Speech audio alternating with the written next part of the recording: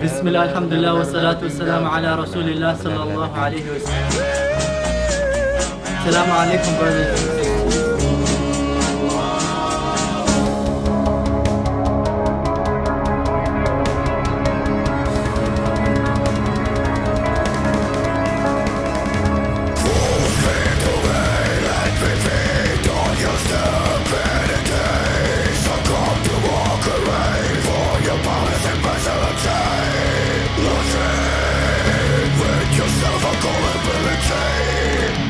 How do I prove to an atheist friend that Allah exists, that the creator of the universe exists? Alright, getting right into it, I like that. But first, I didn't catch your name. What should I call you? Oh, hi, baby Elzebub.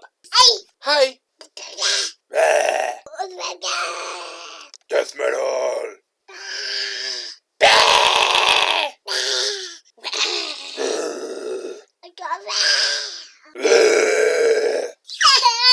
Okay, baby Elzebub, I need your help. Baby. That's a funny looking man. What's his name?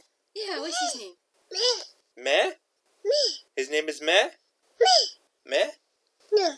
No? Then what is his name? Okay, seriously, what should I call him? Meh? Are you sure? Yeah? Okay. Hi, Meh. Can you remind me what your question was? How do I prove to an atheist friend that Allah exists? Oh, okay, right. So step one is, don't be Abu Bakr Siddiq. And I'm pretty sure you've already done that, so the next step would be... I want evidence. Right, exactly! God damn, you're a smart one. Yeah, the next step is to gather some evidence. By which I just mean that you need to make sure that you have a good understanding of the best evidence and have it available for easy access before you start the discussion. You don't want to go in unprepared. What I don't mean is that you should start desperately searching for evidence to support your preferred conclusion because suddenly you realize that there is no good evidence yet. First of all, you need to understand what atheism is. Atheism is the belief that affirms the non-existence of God. So basically they say, look, God does not exist. You're not going to find an awful lot of atheists using the term that way these days. Most of us would also include people who don't believe in any gods, but also don't affirm their non-existence, because the prefix a means the same thing as non. It's just a negation. So if someone comes up to you identifying as an atheist, and you say, aha, I got you, that means you believe there are no gods. And they say, no, I'm using it to mean that I don't believe in any gods. It's not going to help your argument to insist that they believe something they don't actually believe. But none of that really matters here because you've very helpfully made it clear exactly who you're talking about, which is only people who don't just lack belief, but actually believe there are no gods. So that's fine. For the purposes of this discussion, I will accept and use your definition, even though I don't accept it personally outside of this context. Besides, I'm one of those people who does say God doesn't exist, so I fit either definition. I should clarify, I'll assert that gods don't exist when we're talking about the sort of God that interacts with the world, individually crafted all the planets and species and individual people and so on, and listens to prayer, whatever. I'm not quite as willing to affirm the non-existence of some kind of being or beings that may have created the universe, as long as no other claim is made about their properties. I don't believe they exist because I don't find it necessary to propose some uncreated creator being when the claim that something can be uncaused means you can just cut out the extra step and suppose that the universe or some other mindless thing could have just existed in some form since forever. Hell, I don't even know if it makes sense to discuss how long a universe has existed when time probably is just part of that universe, not actually something that applies to it externally. But the claim of a featureless deistic creator god might at least be testable, even if that would be insanely difficult. And I stress, it might be testable. So I wouldn't go as far as to say that an entity like that doesn't exist. I would just say that I don't think it does because it's not necessarily unfalsifiable and it hasn't been falsified either, or even investigated. I mean, yeah, it sounds like something generated purely from the human imagination based on the totally unfounded assumption that there has to be something like us in charge of the universe. It seems like a product of the natural instinct to see human-like agency even where it doesn't necessarily exist. The need to avoid this kind of thing is why we developed the scientific method, built from scratch through a whole lot of hard work to predict correct answers in advance that can then be verified, thereby demonstrating its reliability. That was necessary in order to counteract the flawed human reasoning. Deism doesn't do that at all, and it just assumes, without even a whiff of evidence, that some thinking agent made the universe. So obviously I consider deism totally irrational, and I wouldn't make that assumption myself, but I haven't quite been convinced to declare it false. So maybe you could call me a strong atheist and a weak atheist. Now, something like Sasquatch, which I do say doesn't exist, has been and still is being investigated by people who really, really want to find it. And the evidence that's been brought forth is totally laughable. I think as a result of that, some of its followers are even starting to say that Sasquatches are like transdimensional beings that warp into our world and warp out again to hide. Because for that conspicuous absence of the Sasquatch to be excused away, they have to shift the goalposts. What choice do they have? So I'm pretty damn satisfied saying the Sasquatch investigation has been performed and we've concluded the thing isn't there. Present good evidence and I'll change my mind, obviously. I think it would be pretty cool if there were Sasquatches. But if we're not just a little bit reasonable about calling enough, instead of moving on to investigating other things, we're going to be stuck here for centuries philosophizing about the remaining sliver of a chance that the same tired old myths are real. But when we're talking about a deistic god, the investigation hasn't even been started, so I'm not going to insist that it doesn't exist. But this is all a pointless tangent because we're talking about the god of Islam here, and the followers of that god make all kinds of claims about what it's like and what it does and thinks, and they even have a guidebook to what it's said in the past, which has been largely debunked. And they also insist that it's all-knowing and everything it said in that book is true. So that god does not exist. So they need some kind of evidence. And if you boil it down, it usually ends up to they don't have evidence for it. Yeah, so there are a couple of ways to get to the point of saying there is no God based just on a lack of evidence, and be justified in doing so. One way is that based on whatever God is currently being proposed, you would expect the world to have certain features that it doesn't have, and so the description of that God doesn't match reality, and therefore that God is falsified. Of course, when they encounter this sort of challenge, theists are really good at changing the features they say their God has, so their God remains very difficult, if not impossible, to falsify. Not all of them do that. If you listen to some Muslims, they'll say, well, God says the earth is flat, so the earth is flat. You know, instead of trying to change the God to match the science, they just ignore the science and keep the God. But when they do change the God, that leads to the problem of the God being unfalsifiable, because there's no solid claim about how it interacts with the world that can be tested and proven false, or true for that matter. And if there's no way to prove it true, even if it actually exists and you have infinite resources, just because it was defined in such a way that it defies that sort of confirmation, and so no testable claim has actually been made at all, then there's no more reason to suppose that being's real than that any monster under any child's bed is real. Now, believing God doesn't exist based on a lack of falsifiability isn't quite the same thing as believing based on a lack of evidence, but the lack of falsifiability does mean that there can't be any evidence that could confirm or refute the existence of it, so it fits in the same general box. Even if it sits at kind of a weird angle and sticks out the top a little more than it should.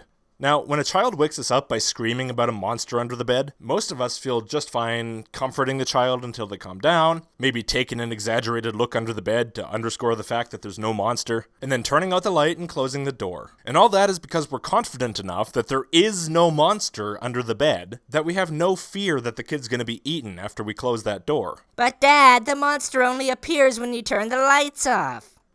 Fine. If it'll make you sleep, I'll turn the lights off and check again.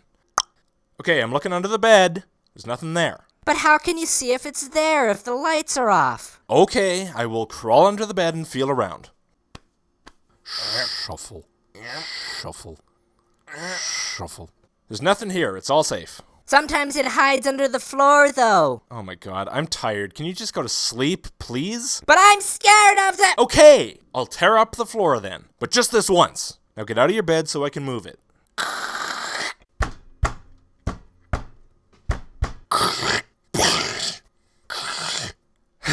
You have no floor anymore, but at least now you're sure there's no monster, right? But it doesn't live in the floor, it just teleports into the floor from the monster dimension. Just to be clear, do you actually believe this, or are you just trying to waste my time? Okay, if you promise to just let me get a couple of hours sleep tonight, I'll build an interdimensional portal to see if there are any monsters in there, okay? Okay.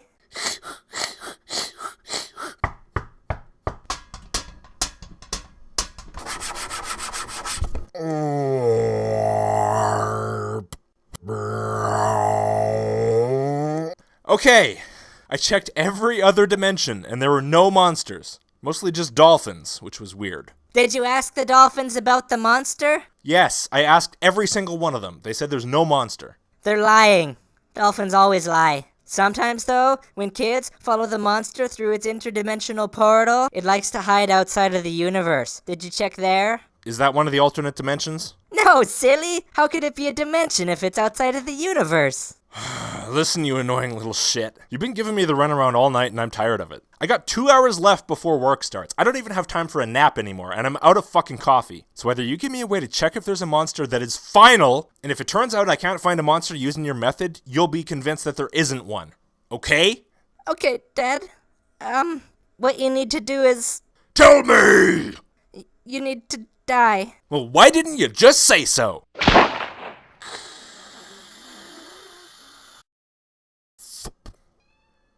Dad? Dad? Are you alright? Is there a monster? There's definitely a monster.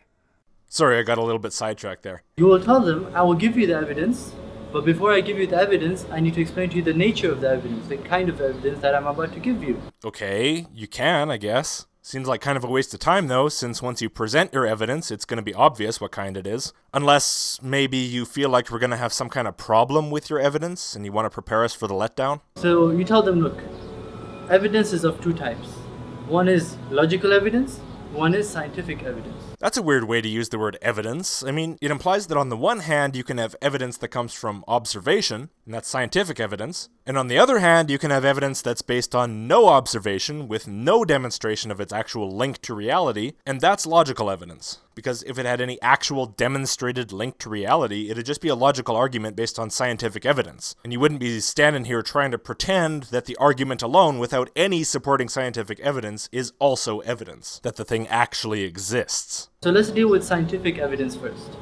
So, scientific evidence is anything that you can observe using your senses. In a sense, that's right, yeah. You need to observe something that's actually there to gather empirical evidence. Sure, technology can let you observe things that you couldn't observe just with your normal senses, but ultimately, if you want to know the results, you're still going to need that technology to translate what it's observing into some sort of format that can be interpreted by a human using human senses. But of course, you don't need to observe a thing directly to know about it. The Big Bang, for example, I know a lot of Muslims accept that, so I'll use that as the example. You can argue that the Big Bang is still happening, but I'm talking about the early Big Bang. And that's not been directly observed. But what has been observed are things like galactic redshift, cosmic microwave background radiation, the differences between galaxies much further away from us whose light is older and the closer ones whose light is younger. These observations of the universe from just now can allow us to infer things about how the universe was in the distant past, without any need to be some kind of a god watching the Big Bang from the start. Jubaman is behind the screen. I can touch him.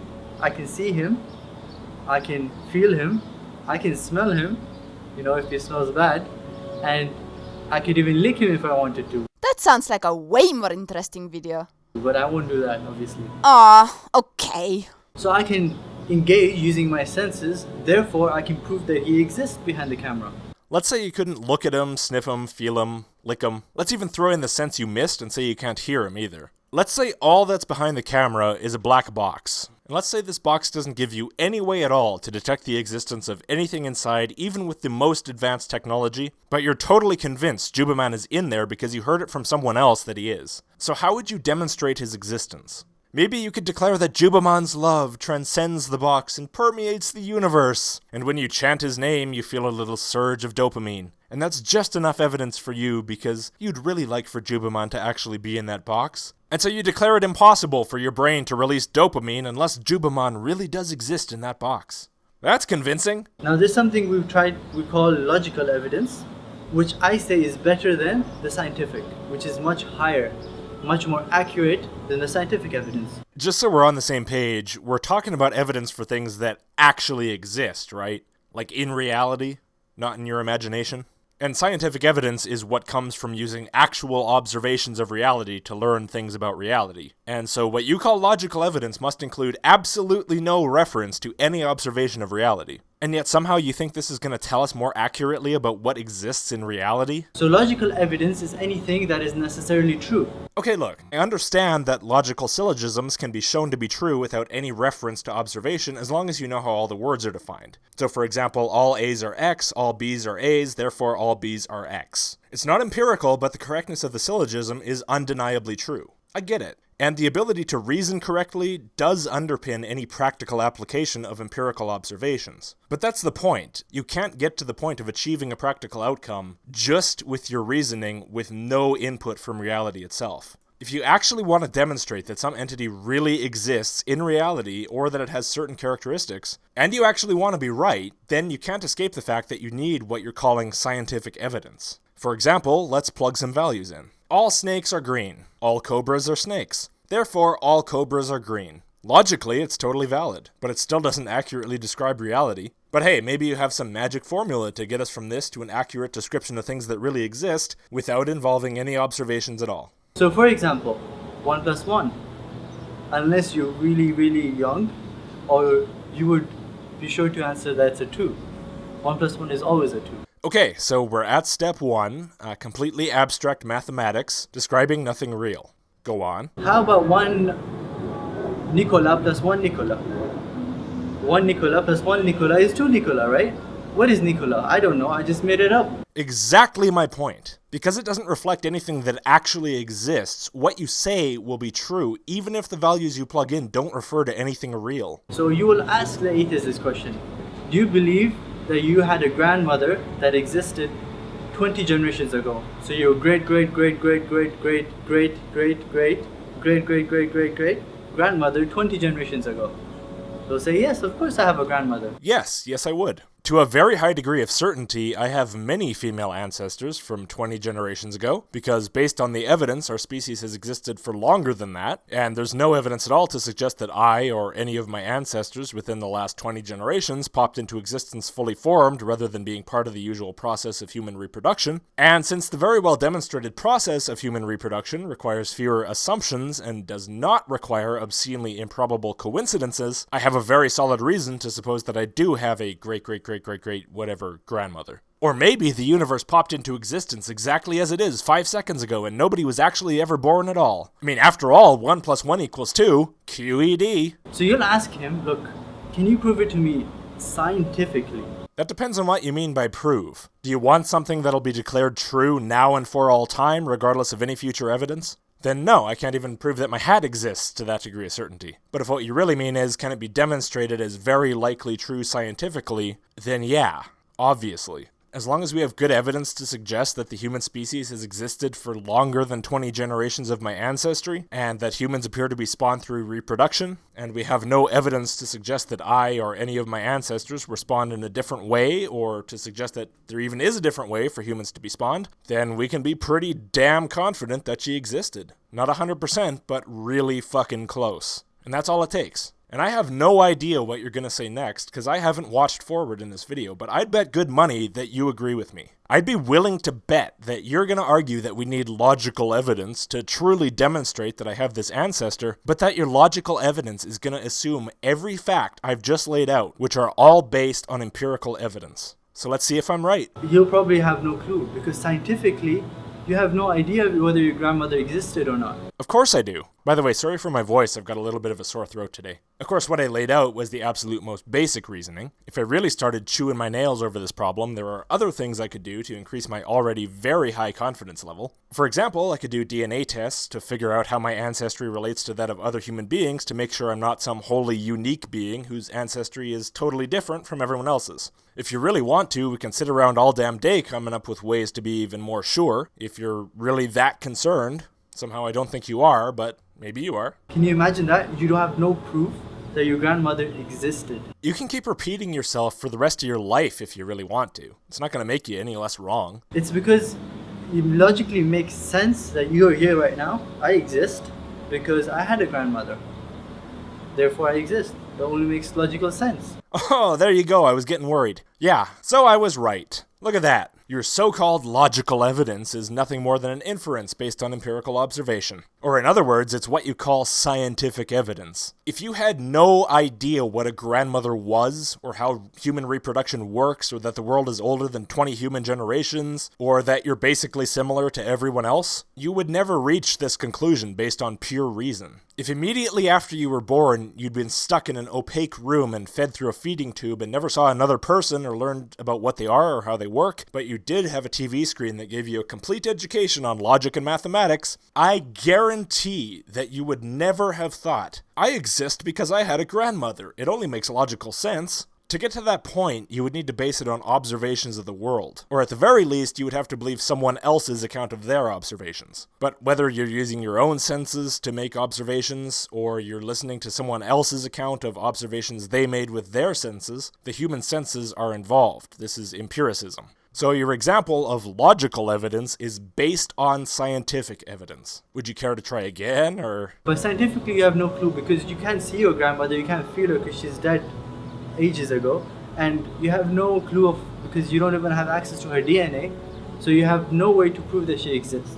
I've already explained to you why direct observation is not required to learn about something through inference based on evidence. That was what the Big Bang example was for. But I can make it even simpler for you. If you go outside and everything is wet but it's not raining, you can infer that it's rained because you've made an observation of the wet ground just now, you've seen rain before, and you understand that rain is common, and there's no simpler explanation for the wet ground. Of course, that doesn't mean it's impossible that the wetness was caused by something else, which is why you should never declare that you have 100% certainty. If you don't allow that slight chance that you could be wrong, you actually make it more likely that you will be wrong, because you haven't left any room for answers that, in some freaky situations, might actually be right. Which is why I asked exactly what you meant by the word proof, and also why, although I'll say that the gods of Islam and all other religions don't exist, I will never assert 100% certainty about that. You basically have no clue.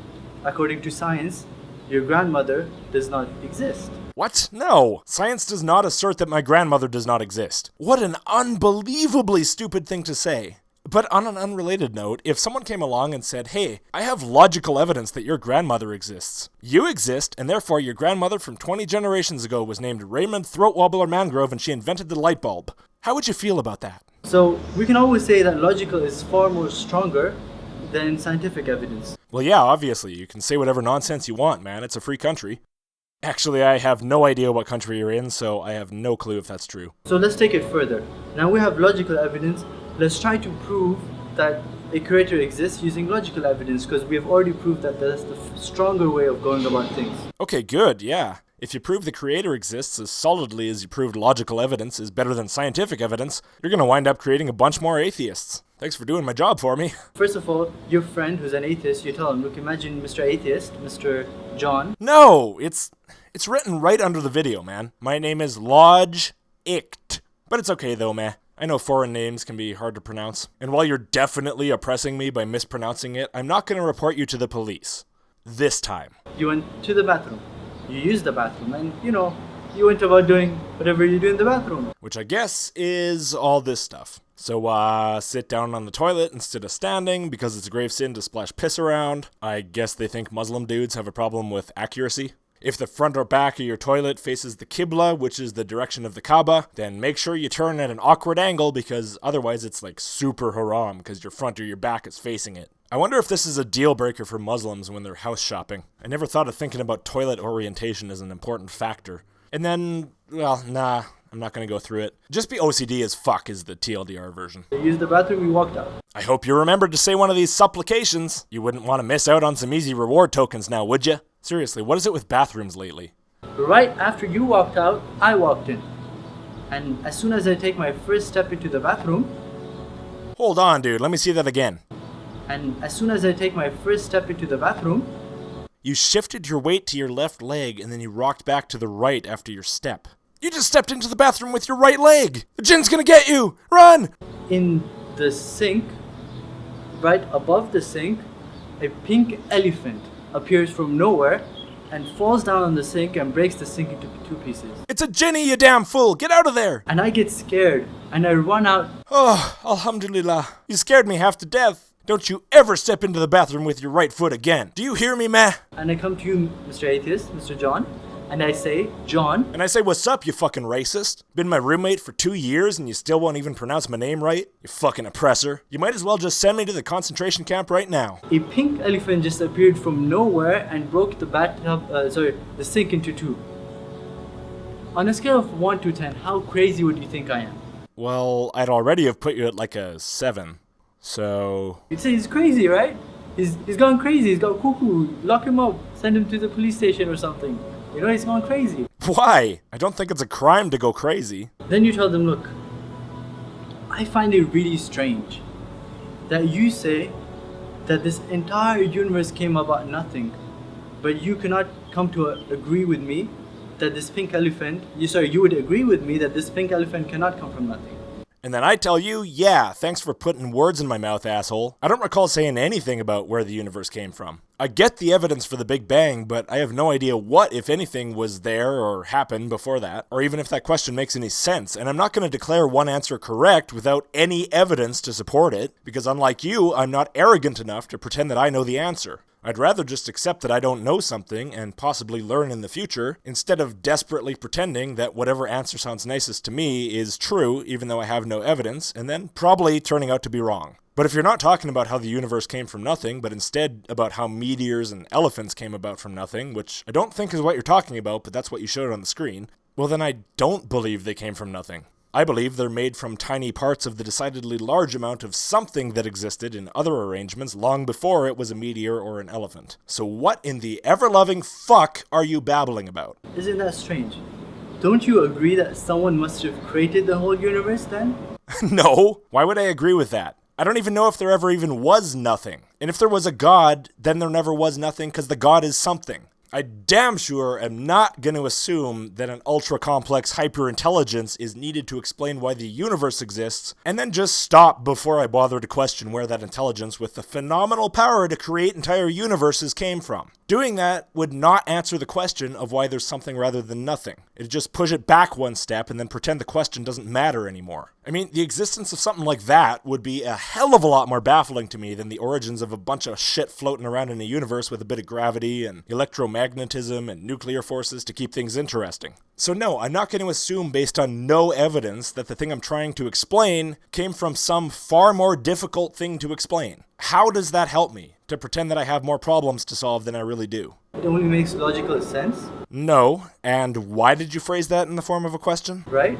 Wrong. He'll most probably say yes, because it's only logical. Just to recap so we're clear here, your argument was that the atheist thinks the universe came from nothing, but doesn't believe a pink elephant can materialize in the bathroom. And that's weird, so therefore don't you agree there's a god? And you think this is such a powerful argument that the atheist will not just sometimes, but usually say, yeah, okay, there's a god. Look, I'm not doubting your claim to this argument's efficacy or anything, but I would propose that maybe you should try it out on a few atheists, just to be sure. Couldn't hurt, right? So you only have to go through them to a logical perspective, because they think it's not logical to believe in a creator, right? Right. So when are you starting with the logical bit? And another thing is, you don't use the word God with an atheist. Okay, but you pretty much just told us you are talking about God anyway, so... Because to an atheist, God is many things. I'm not sure what you mean by that. Are you trying to say that different theists can have quite different gods or versions of the same gods? And so if you start trying to prove the existence of a god to an atheist, it won't be clear exactly which one we're talking about without further clarification? Or... To an atheist, God is many things. God is a tree. God is the sun. God could be a woman. God is even money to some people. Aha! Okay, never mind. What you actually meant was something stupid. I guess I should have seen that coming. So you can't really use the word God with them. So use creator. Oh yeah, that'll fool them. Because, it's not like it's the concept they don't believe in. It's the word that's the problem. And after all, Allah subhanahu wa ta'ala is the Khaliq. So he's the creator, so it's fine. There's no problem using the word. Yeah, I'm gonna be tricked so good when a Muslim talks to me about the existence of the creator. He'll be like, bro, you don't believe a pink elephant can pop into existence in my bathroom? So don't you believe in a creator? And I'll be like, well, yeah, dude, when you put it like that, obviously I believe in a creator. And he'll be like, ha, I pranked you, bro. You believe in God now. And I'll be like, aw, damn, dude, you got me good. That's even better than that time you superglued your pubes to my face and told people I converted. So now you've proved that a creator exists, that something must have created this universe, right? Sure, why not? Now, how do you know it's Allah, right? Because a blue giraffe can't crawl out of the toilet? There's a creator, I agree. The atheist agrees that there's a creator, but how do I know it's Allah? It could be something else, right? Well, at least you're open to the possibility. From here, we use something called conceptual analysis. Wow, them are some fancy words. What do they mean? Which basically means you think really hard about something, and you come to a conclusion. Oh good, I was worried you were going to say something smart and ruin the video. Now a creator exists, we can agree that he's all-powerful. Okay, I'm going to play along as the atheist who is convinced to believe in the deistic creator because of the pink elephant, by which I mean both the pink elephant from your argument and the pink elephant I saw in my drunken hallucination. So we can't agree that it's all-powerful, but we can at least agree that it has to have whatever amount of power is necessary to create a universe. He has a lot of power Yeah, that's a much better way to put it. because if you just see the sun, and the sun, you take one solar flare from the sun, is equal to 17 Hiroshima bombs. Oh wow, very specific, I like that. So are you talking about one particular solar flare, or are they all equal to 17 Hiroshima bombs? Either way, it's surprising since I was under the impression that the Hiroshima bomb's energy was roughly 63 terajoules, or 6.3 times 10 to the 13th power joules. Sound about right? But then I thought solar flares typically release around 1 times 10 to the 20th power joules per second, although they can release much more energy. So I know it's nitpicky because the answer's really, really close, but you said a solar flare is equal to 17 Hiroshima bombs, when it's actually more like 1.5 million Hiroshima bombs per second? It's okay, forgetting like 5 zeros is an easy mistake. Now that's a lot of power. 17 Hiroshima bombs compared to stuff that happens on the sun is, not really a lot of power. I'm really curious, though, where you got such a ridiculous number. And the sun consists of millions of solar flares. Please tell me this is just poor phrasing and you don't actually think the sun is made of solar flares? And this is only the sun. Then there's the whole universe. And there's the universe that we don't even know about. There's a universe we don't even know about? But if we don't know about a second universe, how do we know it's there? So you can agree that there's a lot of power behind the creator of the universe. Yeah, I know, eh? He must have the power of at least, like, 200 Hiroshima bombs. And he must be intelligent also, because we can clearly see intelligent design. I mean, the stars, the sun, the moon, our body, everything has design in it. That's seriously all you have to say about intelligent design? Man, the laziness of Muslim creationists almost makes me want to go back and start doing Kent Hovind videos again. At least he says something worth refuting. Look, man, you're making this video as a guide to convincing an atheist. Do you seriously think that if you just assert that everything in the universe reflects intelligent design, the typical atheist is going to agree with you? I mean, regardless about what you personally think about biology and astronomy and so on, do you really think you're presenting a good strategy here? Besides, you seem to think that you've convinced this hypothetical atheist of more than you've actually convinced them of. All you've convinced them of is that this creator was necessary to start the universe from nothing. You didn't say anything about it also arranging everything in the universe. You haven't even bothered to try to close the door for natural explanations for the progress of the universe after the first instant of the Big Bang, and now you're just assuming that the atheist is going to accept that this also had to be done by a god, for reasons unknown. For a guy who's so into logical evidence, you sure don't seem to have a very good idea of how to build a logical case. Let's take this a step further. Now, God can only be one, right? No, he can also be 2, or 10, or a billion, or 0. Oh, right, sorry, it's hard to remember sometimes that I've been converted to deism now, apparently. Because, like we understand from Surah Baqarah, in the Quran that says if there's more than one God, there will be chaos in the universe. And it's, again, very logical, very simple. If there's more than 1 or 2, they would agree, they would fight with each other, and it doesn't make sense. That's weird, because I thought you Muslim dudes were all into this idea that God is perfect. So why do you figure that if there's one God, he's perfect, but if you make an exact copy of him, they're going to start squabbling with each other? It doesn't sound much like you think God is perfect at all. In fact, it sounds like you believe he has some of the same flaws that we humans do. And that sounds like blasphemy to me. I don't think Allah is going to like that insult very much, meh. Now, God is transcended. I mean, he's not like something he created. So, for example, I create my watch. Do I become the watch? No. It's very understandable. It's very logical again that I do not become what I create because I'm different from it. Yes, I agree that it's logical that a god wouldn't necessarily become part of its creation. If it's all-powerful, it would have the power to remain separate from its creation, or to merge itself into its creation if it chose to. But your argument is that God definitely isn't part of his creation just because he doesn't have to be. Well, what if he chose to be? Then he didn't have to become part of his creation, but he did it anyway. So maybe you should put forth another argument that actually supports your claim instead of a different claim, and doesn't contradict God's omnipotence. I mean, how did you manage to strawman yourself? And he's unique. In Islam, we believe God is unique. It's nothing that we can understand. Okay, so why do you believe that if something is unique, that means we can't understand it? It's simple again, because we are limited in knowledge. And anyone who would agree otherwise is very stupid, in my humble opinion. Matt, you're not in a very good position to be calling other people stupid at this point. in my humble opinion. But who created us must be someone who's unlimited in knowledge, so who would understand everything else. So he'd be far greater and superior than us in knowledge. Okay, so let me get the full argument straight here. God is unique, which means for some reason that we can't understand him. The reason we know he's unique, which is synonymous with incomprehensible, is that he has unlimited knowledge. And he has to have unlimited knowledge because he'd have to be superior to us in knowledge because we're limited in knowledge, and anyone who thinks we're not is stupid. Yeah, that'll make sense. So we have the understanding that a creator exists. Oh, for sure, bro. We thought very deeply about it. No, I didn't exactly need to think about that very deeply. And I'm not sure you thought about it at all. And we came to certain conclusions. God is powerful, he's intelligent, he's transcendent, he is one, and he's unique. Yeah, okay, look. I know you're not going to set aside your predetermined conclusion that Allah exists, but can you at least try to make it just slightly less insultingly obvious the next time you try to force your reasoning to fit that conclusion? This stuff that we can understand using our common sense again, just by thinking hard. Well, there's your problem. Instead of using rigorous scientific and logical standards, you're trying to deduce the features of the prime mover of the universe using common sense. The same thing you'd use to decide not to leave your dog in the car on a hot day. Sorry, I mean your cat. It's like trying to fly to Mars on a firecracker. If you open the Quran and Surah Ikhlas, you will see the exact same thing.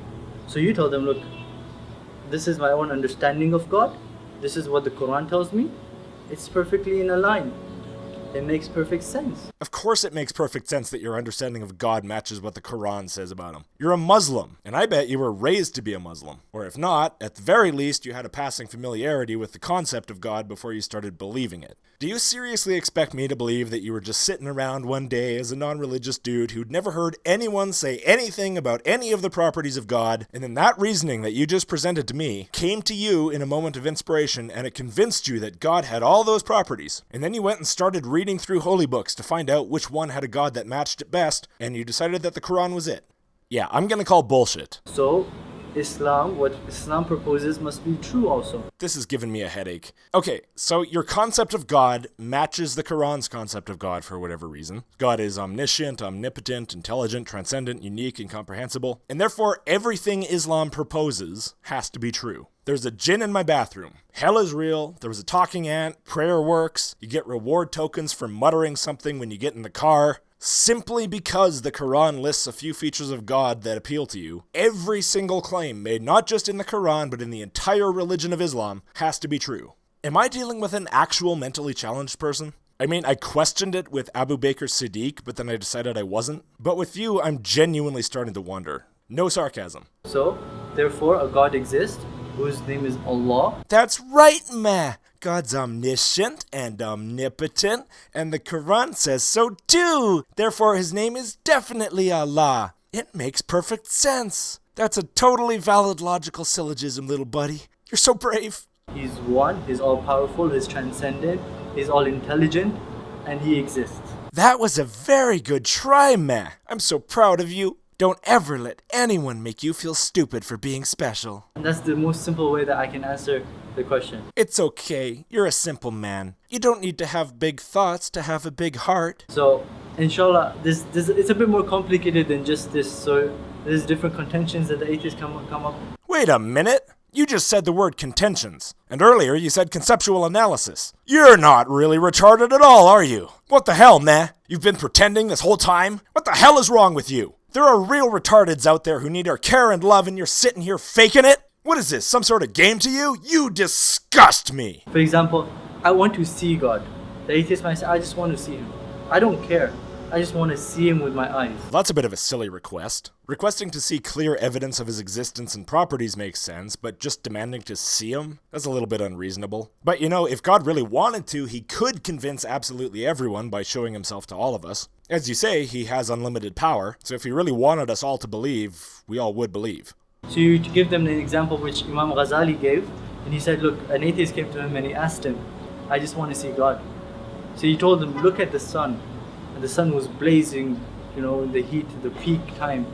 Like, it's peak right now. I'm sweating because it's Saudi Arabia and it's really hot here. Oh, you're in Saudi Arabia? Yeah, but I'm still so amazed that your concept of God matches the Quran. And the atheist looks at the sun for a bit and he can't really look at the sun clearly because, of course, your eyes can't handle the heat of the sun.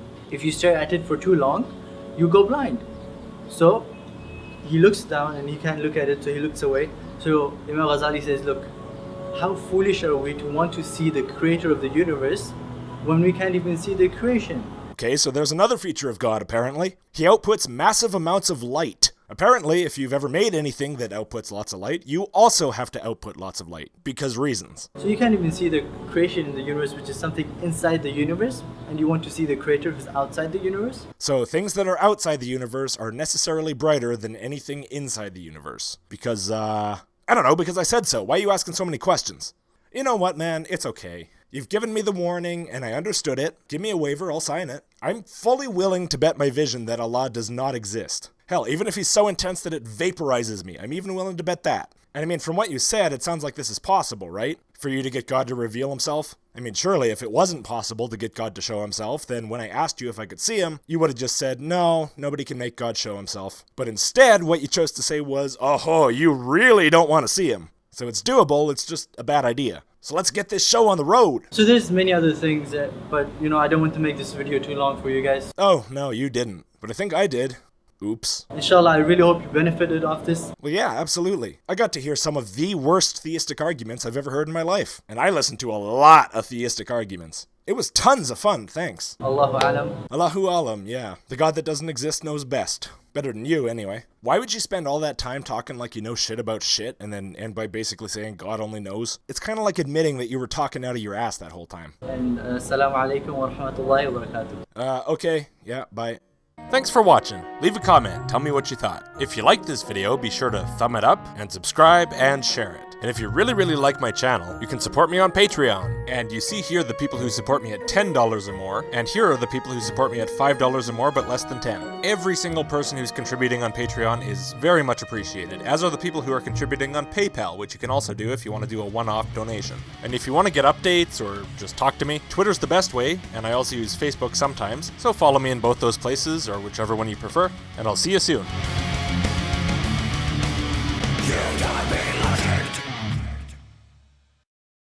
It's not logical to believe in a creator, right?